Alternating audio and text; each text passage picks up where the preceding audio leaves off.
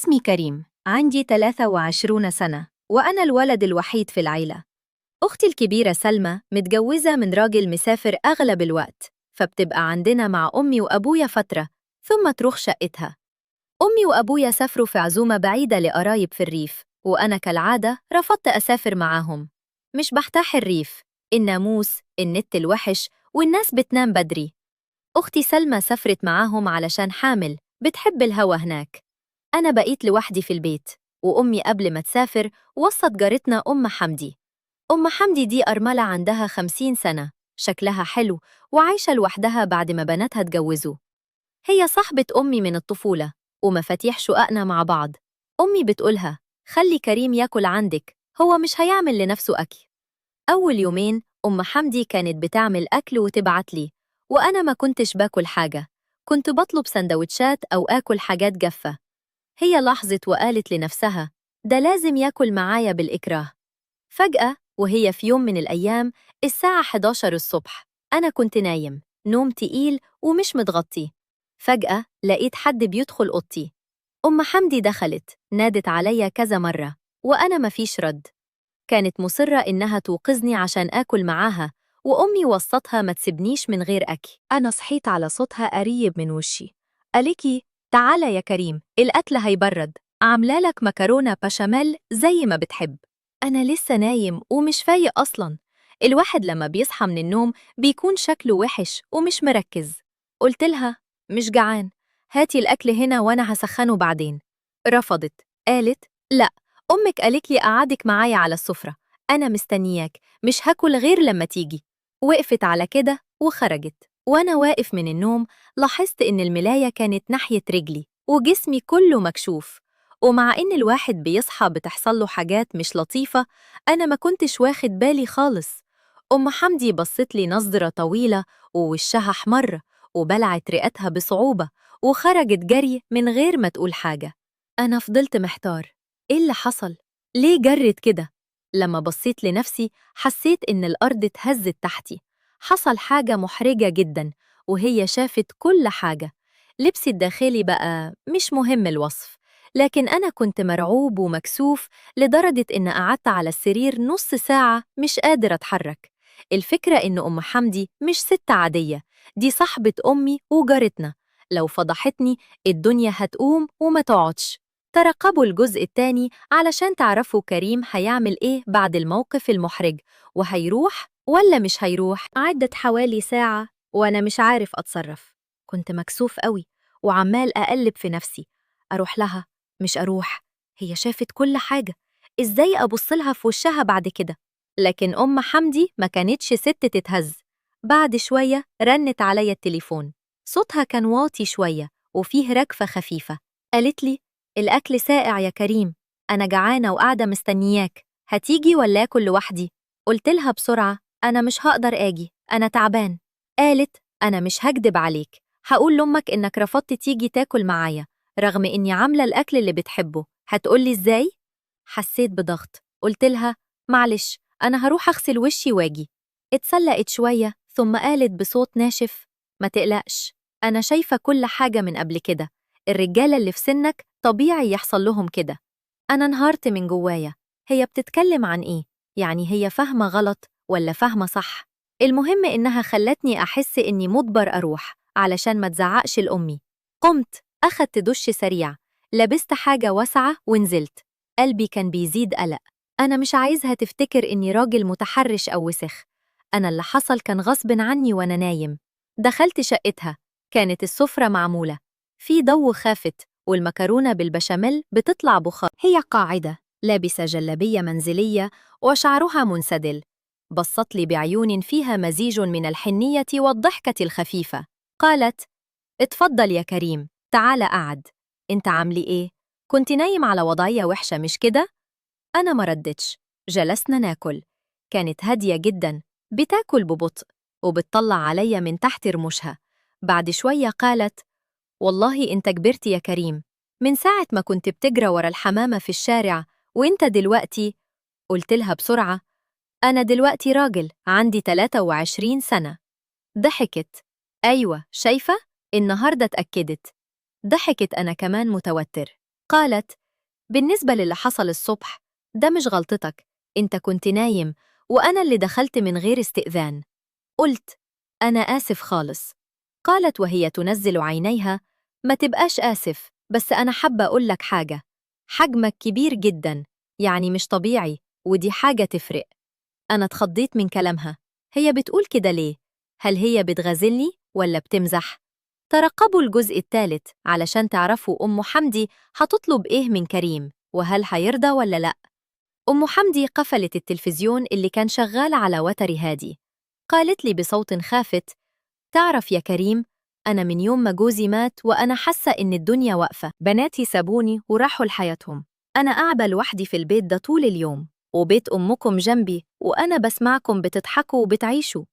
أنا حسيت إنها عايزة تتكلم في حاجة عميقة. قلت لها: إحنا موجودين جنبك يا أم حمدي، إنتي زي أمي التانية. ابتسمت ابتسامة حزينة. أنا عارفة يا حبيبي، بس أنا عايزة حاجة تانية. أنا مش عايزة شفقة، أنا عايزة حد يخليني أحس إني لسه ست وليا قيمة. صمتت شوية وأنا حسيت بقلق بيزيد. كملت: اللي شفته الصبح مش بس أحرجني، ده خلاني أتذكر حاجات كتيرة. أنت شاب قوي وجميل، وأنا لسه في سن إني أحب وأتحب. أنا وقفت من على الكرسي. أم حمدي، أنتي بتقولي إيه؟ أنتي زي أمي، حرام عليكي. قامت هي كمان، قربت مني خطوة. حرام إيه؟ أنتي مش ابني، أنتي ابن جارتي. إحنا مش حرام علينا ولا حاجة طول ما إحنا باتنين بالغين وعاقلين. أنا حسيت إني في فيلم. صاحبة أمي بتحاول تتقرب مني بشكل غريب. قلت لها بصوت مكسور: أنا مش عايز أزعل أمي، اللي أنتي بتقوليه ده غلط كبير. قالت ودمعها نزل: أنتي شايف إني مش حلوة ولا أنتي شايف إني عجوز؟ لا بصراحة أنتي ست حلوة، بس الفكرة مش في كده، الفكرة في إن قطعت كلامي. يبقى خلاص تعالى، مش هتندم. أنا مش هقول لحد وإنت مش هتزعل حد، بس جربني مرة واحدة. لو ما عجبكش الوضع نتوقف وننسى.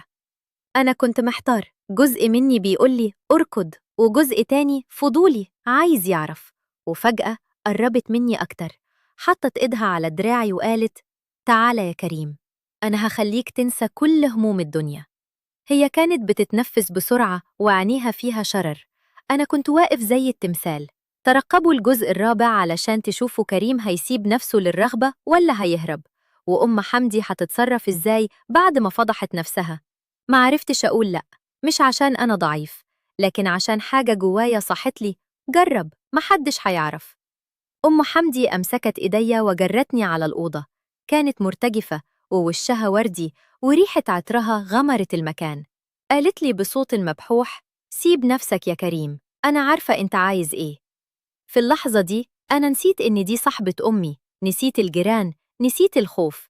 بس افتكرت إني راجل وعندي غرائز زي أي راجل. ما كنتش طويل في التردد. هي اللي كانت شايلة هم كل حاجة. قالت لي: بس حاجة واحدة، بلاش نعمل صراخ عالي، البيت عازل الصوت مش قد كده. إحنا الاتنين عرفنا إن إحنا بنعمل حاجة غلط، بس بنفس الوقت بنستمتع. أنا الأول مرة أحس بست في السن دي، والأول مرة أشوف ست واثقة من نفسها كده، مش زي البنات اللي في عمري، الخجولات اللي مش عارفة تطلب اللي عايزاه. أم حمدي كانت بتهمسلي كلمات مش عارف أكررها، وكانت بتدلعني بطريقة جديدة عليا، وأنا كل ما أقولها حرام ترد: سكت، إحنا مش بنأذي حد. عدت ساعة تقريبا وأنا تعبان ومبسوط بشكل مش طبيعي. هي كانت نايمة على صدري بتقول: أنا من زمان ما حسيت بكده، أنت راجل حقيقي يا كريم. بعد ما خلصنا أخذت دش سريع ولبست هدومي بسرعة. قالت لي وهي سنداني: ما تقلقش، أنا هفضل جنبك، بس ما تستخسرش فيا، أنا محتاجة حد يحضني. أنا قلت لها: أنا هروح دلوقتي، بعدين نتكلم. نزلت من شقتها ورجعت لشقتي. قعدت على السرير أحس بالندم يغمرني. عملت إيه؟ أنا نمت مع صاحبة أمي، جارتنا اللي مربيتني صغيرة. لو أمي عرفت هتموت من الخزي. لكن في نفس الوقت أنا مش عارف أنكر إن اللحظات اللي فاتت كانت جميلة بطريقة منحرفة. فضلت الليل كله مش عارف أنام، وهي بعتت لي رسالة: نمت ولا لسه؟ أنا مبسوطة قوي، بكرة هنعمل إيه؟ ما ردتش عليها. ترقبوا الجزء الخامس علشان تعرفوا أم حمدي هتتمسك بكريم ولا هتخليه يعيش في سلام، وإذا كان حد من العيلة هيكتشف السر. عدت أسبوعين وأنا وأم حمدي بقينا زي العشاق بالظبط. كل يوم كنت أروح لها بحجة إصلاح الحنفية أو تغيير اللمبة، وأمي تبارك وترضى. أمي كانت مبسوطة إني بقيت مهتم بالجيران، وأبويا كان بيقولي دي تربيتي يا كريم. لكن أنا بدأت أحس إن أم حمدي بتتعلق بيا بشكل مقلق. كانت بتكلمني كل ساعة، تبعتيلي صورها، تقولي وحشتني يا كريم، تعال بسرعة، أنا لوحدي ومش قادرة استنى الميسة. مرة قالت لي أنا بفكر أقول لأمك إني عايزة أتجوزك، إيه رأيك؟ أنا وقفت مكاني، بتجنني، أمي حتموت من الصدمة. أنتي ليه عايزة تدمر حياتي وحياتك؟ قالت بدموع أنا عايزة أعيش معاك علن، مش عايزة أبقى عشيقتك السرية، أنا عندي كرامة. حاولت أهديها، خلينا زي ما احنا، محدش هيعرف والدنيا هتمشي. رفضت، قالت لا، يا تقعد معايا رسمي يا هروح أحكي لها كل حاجة. أنا حسيت إني وقعت في فخ، هي اللي بدأت القصة وهي اللي عايزة تتحكم دلوقتي. خفت إن أمي ترجع من السفر، كانت لسه مسافرة، وتلاقي الدنيا قلبت. أختي سلمى كمان ممكن ترجع أي يوم. في نفس الوقت الجيران بدأوا يلاحظوا إن أم حمدي نور شقتها بيطفى متأخر وأنا بدخل عندها. واحدة منهم قالت لأمي على التليفون كريم بقى راجل كويس بيخدم الجيران، وأمي كانت مبسوطة. لكن أنا عرفت إن الخيط بقى رفيع. أم حمدي بقيت تطلب مني حاجات غريبة، نخرج سوا، نروح السينما في محافظة تانية عشان محدش يعرفنا. أنا رفضت، قلت لها دي مشيخة، انتي بتطلبي المستحيل. زادت الضغوط، مرة اتخانقنا قالت لي أنا هقول لأمك إني حامل منك، مع إني عارف إن ده مش حقيقي، إلا إني ارتجفت. قلت لها أنتي مجنونة، إحنا بناخد احتياطاتنا كويس. ضحكت ضحكة شريرة، ومين قال إن الكدبة مش هتشتغل؟ أمك هتصدقني، لأنها تعرف إني ست شريفة ومش بكدب. ترقبوا الجزء السادس والأخير علشان تعرفوا كريم هيهرب ولا هيعترف لأمه، وهل أم حمدي هتنفذ تهديدها ولا هتراجع. قررت أواجه أم حمدي بحزم. رحت لها في اليوم اللي بعده، لقيتها قاعدة في الأوضة مش مبطلة بكتابة على التليفون. قلت لها أنا عايزة أتكلم معاكي بجد. قالت أنا كمان عايزة أتكلم. خلاص يا كريم، أنا قررت إني هروح لأمك النهاردة بالليل لما ترجع من السفر وأقولها كل حاجة. قلت هقولها قبل ما تقوليها، أنا مش جبان. دهشت، هتنتحر؟ هتدمر علاقتك بستك؟